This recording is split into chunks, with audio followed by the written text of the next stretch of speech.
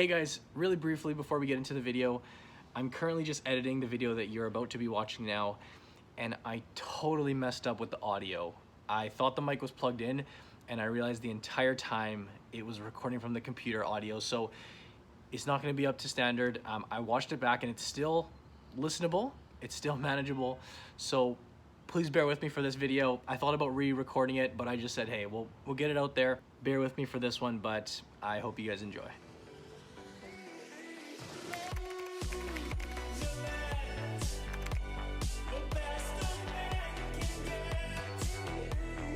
Hey guys, and welcome back to the 6-month challenge. Welcome back to the channel. That was totally wrong. Welcome back to the channel. Today we're doing our 6-month update on our stock market portfolio challenge. I'll also be doing a brief Q&A at the end of this one for some of the questions that were left over on our community tab. I know we missed last month's update, so month number 5. Wasn't a whole lot of movement in our top leaderboards. Of course, this one today though is worth doing the update because we're officially halfway through the challenge. These numbers are updated as of today, so this will be June 28th, Sunday as I'm filming this video. You may be watching it tomorrow on Monday, but let's just call this the June end numbers. I'll actually pop up on the screen for you guys. This would have been our leaderboards as of the last update. So we had Joshua, Nareem, and Brian, and Ken, and Jesse up in the top 5. Taking a look at our screen now, we do have the updated leaderboard, and we see Brian has made the move up into first place. Joshua, Nareem still hovering around the top. Ken has slid down to 5. Jesse out of the top 5. What I think is super fascinating about this is you just take a look at the numbers in terms of the overall asset size, and we went from about 200 to 300,000, at least for our top players in the standings. You take a look at that now, and we have almost doubled that. So it really goes to show the amount of swings, the amount of volatility that we've seen over the past couple of months. It seems as though just taking a look at things, not a whole lot has changed in terms of position. It seems like the waves, the tide's kind of bringing everybody in the same direction. What I'll do here for you guys is I will do our slow and gradual scan through so you guys can see where you stand.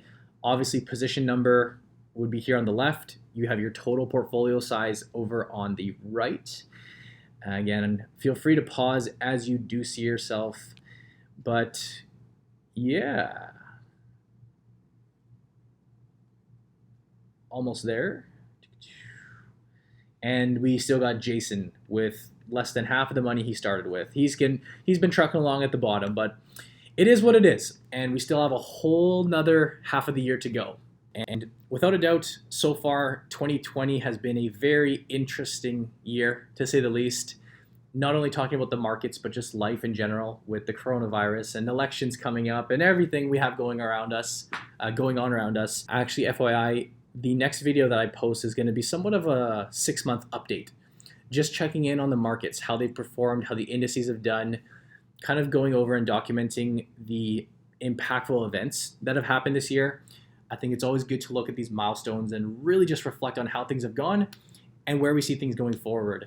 But as for our portfolio challenge, pretty simple stuff, guys. Again, we're not seeing too much movement. I thought we'd be seeing a lot more movement, at least in the top of the leaderboards, which we haven't seen all too much. But congrats to those who halfway through the year are doing well. If we take a look at Brian's portfolio, just to kind of transition here into the Q&A segment, a total portfolio size of 562,000. So he's almost really 5-6x'd his money since we started. Seeing how we did start with the $100 portfolio size. Just to recap, there's a pretty clear example as to why, taking a look at this here, why he's done so well. Apple's been solid. Disney's been a bit of an underperformer. ENPH done quite well, up over 50%. AMD actually quite flat. But VXRT, like, are you kidding me here? This guy must have had the magic ball on this stock because, yeah, this stock is up over 2,000%. That is the company Vaxart Inc. This was one that I was not familiar with until I saw Brian's submission here. And at least looking on a year-to-date basis, what a awesome investment this has turned out to be. You take a look at the max performance. If we were to stretch this out and look back at the history, well, hey, looks here like a pretty crummy stock, but definitely this one was timed right by Brian. So well deserved in the leaderboards thus far with the market timing and his stock selection there. But that's it for our 6-month update. Again, very curious myself to see how this will sustain through the remainder of the year. Again, we do have a $1,000 prize on the line, and Brian's probably looking at this now thinking how he's going to spend that money. But we still got a whole rest of the year to go. So good luck to everybody. We'll move along here into the Q&A segment of this video, and we just had a variety of comments that came in, and I'll see what I can add before we finish things off. Do you have any advice to new investors struggling to diversify their portfolios? This is a question in from Jared. And I think my best advice when it comes to diversifying and kind of setting a really good balance with your portfolio is often by taking a couple steps back and kind of starting from the base, you can really help yourself take some steps forward. And people really tend to jump in a bit ahead of themselves with their portfolio, and they really try to tinker around with individual stocks and how are these correlated and whatnot. But keep it simple, as I always like to say with investing, just keep it simple and start from the base level. If you're looking to diversify your portfolio, look at the correlation between the major asset classes first. So things like equities or stocks. You could look at your cash position, bonds. You may even throw something like commodities in there. And just from a very base level, you got 3 or 4 big broad categories. Then you can kind of go into the next layer or the next level of diversification. And then within those different segments, you can absolutely split that up all to kind of your personal preference. I feel like there's not really, there is not a one-size-fits-all portfolio balance, like the perfect diversified portfolio, because it really does ultimately come down to you and your own unique balance, right? If you're, let's say, a very aggressive investor, like you like seeing volatility and you're striving for a lot of growth and you don't mind, you can handle the ups and downs of the markets, maybe when you diversify your portfolio, you have a higher weighting to technology stocks, or you're going to go for some smaller cap stocks, for example. Whereas if you're an investor who's, let's say, a little bit older, or maybe you just don't like seeing the ups and downs in the stock market, and you kind of want to accept a lower return, well, then you can diversify your portfolio in a much safer manner. Go for some of the more safer sectors, the consumer staples, the utility sectors, the big banks, for example, or dividend payers. I think the best tip when it comes to diversifying is to take a step back, assess you as the investor, assess what your goals are, and then just step by step, layer by layer, try to kind of build up a portfolio that matches that. Probably the better general advice that I can give, because there is no one size fits all when it comes to diversifying. A question from Abina Oteng: how do you determine how much of one stock you should buy? And this to me it kind of tails off the question that we just covered, because the way that I like to look at it is very much in correlation to the rest of your portfolio. If, for example, I would look at it kind of at the different sectors or which areas of your portfolio need to be bumped up or trimmed from, and that can do a really good job of helping you determine how much of a stock to buy. For example, if you're super overweight technology, like all you own in your portfolio are, the Amazons and Facebooks and Microsofts, just as an example, I probably wouldn't go out and buy a whole bunch of more tech companies. I'd expand over to a different industry, like, telecom or utilities or financials, whatever it is, to kind of balance things out. And that can be a really good indicator looking at the rest of your investments to decide how much of a stock to buy. I'm not sure if that's really the question that you are asking there. How much do you determine of a stock to buy? Obviously, you like to invest as much money as you can into a stock, as long as, of course, you're staying balanced amongst your other holdings. That, to me, I always like to kind of go for a pretty even weighting, aside you may have some companies that you favor over others, and you may have a slightly higher or lower weighting, but again, take it a step back, look at the overall balance, and then you can decide which areas you should be investing more or less in. Any reliable REITs that may weather the pandemic? Question from Mac and Sid. And it's a really good question, actually, because REITs have definitely been one of the very, very hardly impacted, they've been impacted very hard, very tough area to be in right now. And you'd like to think that the big names, the RioCans, the Boardwalks, kind of the ones that you hear about on YouTube, are going to be just fine because they're quite diverse and they will definitely go through a tough time going forward, but it's hard to see them going out of business. If you guys know me personally, if you've been following the channel for a while, you know that I'm not a big fan of REITs. I don't own any real estate investment trusts myself. You can make the argument I own Brookfield, BAM stock, which is, there's obviously real estate exposure there. You are kind of getting exposure to the REIT real estate. But other than that, I've never had an interest to go out and buy the real estate investment trust. I know they do boast some very high yields and people love it for exposure, but I have to be completely honest, it's not one of my areas of specialty.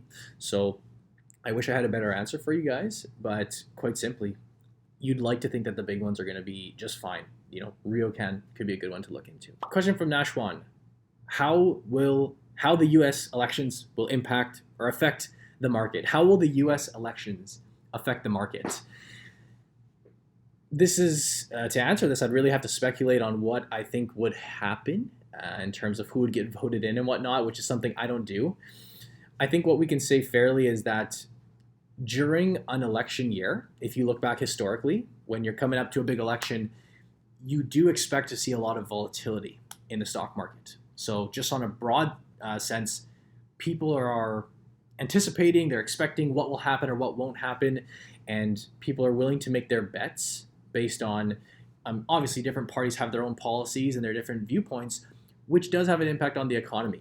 But really, due to all the speculation, how do election years impact the market? They absolutely do, just with an increase of volatility, especially as we creep closer and closer to the actual election day. In terms of this year, again, to me, there's no point to try and speculate on what's going to happen because it's just so hard to say. And every day you can hear, new numbers in the polls and just different opinions. It's just a guessing game. But I'd say that if Trump wins, or if it's looking promising for Trump, that would be positive for the stock market. We've already seen times, days where, let's assume the numbers are looking good for Biden, the stock market tends to sell off because, again, they all have their political stances. And if you want to play it that way, play the guessing game, you could use that to your advantage. But what I would just say is expect volatility. Either way, that's kind of the simplest way that I would answer that. A couple more questions here to finish things off. Just having a quick scan. Tom Nguyen asks, what are your thoughts on tech? Are they bubble at the moment? Thoughts on QQQ, the NASDAQ ETF, I believe that is. Thoughts on techs? I assume by this you're kind of referring to the big FANG stocks, like the Facebook, Amazon, Netflix, and whatnot. And I don't know if bubble's the right word. They've definitely done quite well, all of them. As a group, they've done super well, and rightfully so. When you look at the types of companies we see out in our world, these are some of the most impactful, some of the most influential companies. And you look at sometimes the numbers that they're pulling in terms of revenue and the cash flow these companies are pulling in. These are some tremendous companies. Yeah, I'd say PEs are creeping up a little bit, but I wouldn't necessarily, I wouldn't consider it a bubble. I wouldn't say it's a bubble like the tech bubble, like the .com bubble, where valuations were just absurdly high. You could make the argument that, yeah, their stocks are not cheap, but they're also very good companies. So sometimes you do pay more to get a good company with some good future prospects. That's personally the way that I would look at it. Let's go for the final question here from Juan Suarez. Hello. I want to begin holding a long-term position on Google, 3 to 5K position total. If there's a dip or crash, what advice would you give on where and how to open a position or dollar cost average my way in? No fractional shares available. Thank you. Yeah, so if you are here in Canada, we don't have the option for fractional shares. So you would have to be buying full shares of Google. And I believe Google's trading for, what is it, $1,000 these days? I honestly don't know. But yeah, $1,300 USD. So the way I would look at it is if I had 3 to 5K to invest, I would probably split that up. I wouldn't probably split that up. I would most likely split that up, especially with all the volatility we're seeing in the markets. Personally for me, and yeah, this is not advice for you to do this, but I'm just sharing with you what I would do. I'd probably take half of my position, like, 2, 3K, go buy Google. If I felt it was trading at a good price today, I'd give it a month, give it a couple months, see where things are headed. And if the stock has dropped lower, then I'd go in and add a little bit more, kind of nibble away, bump into the position. If not, like, you still got a good chunk of your position invested, right? You weren't just being too slow with the dollar cost averaging. You got half your position in, which in my opinion is good. And if the market continues to go up, you'll experience that. But that's probably the way that I would do it. Again, there's no magic number. There's no science really behind it. It's just I would break it up probably a good chunk, get the base down, and then continue to add to that position going forward. But that'll be it for the video, guys. Let's just see if there's anything else. There is a question in here from Aswin. Yo. Hi, thank you for the videos. Really like them. Thank you, Aswin. A few questions. Can you compare Fortis and Canadian Utilities? What are your thoughts on Power Corp as more and more people are investing via ETF as actively managed funds are being shunned? How about the market cap of Power Corp versus Manulife? Yeah, I wish I could answer this question, and I'm kind of just reading these as I go, and I haven't really prepared anything for that. So off the top of my head, Aswin, I probably don't have a great answer for you. I do apologize. It's something I can look into more, and if you are very curious about these stocks in particular, maybe I can answer this on next Q&A, whether that be next month or in a couple weeks. But yeah, I wish I had more to tell you kind of off the top of my head, but I don't. But I do appreciate the question. I appreciate everybody else's questions here on the community tab today. If you enjoyed this video, if you enjoyed the update on our 6-month thing, if you guys are still sticking around, you can leave a big thumbs up on the channel. That is just an awesome way of showing your support. This is an easy, fun video to do. Just kind of update the numbers and go through the question and answer. I figure we'll throw in a Q&A at the end of these because otherwise they're quite short. And if you guys have some questions like today, leave them down below. Leave them here, or I'll do another post on the community tab when we do the next update. But that's it for today's video. I thank you guys all for tuning in. I hope you enjoyed, and I'll see you in the next one.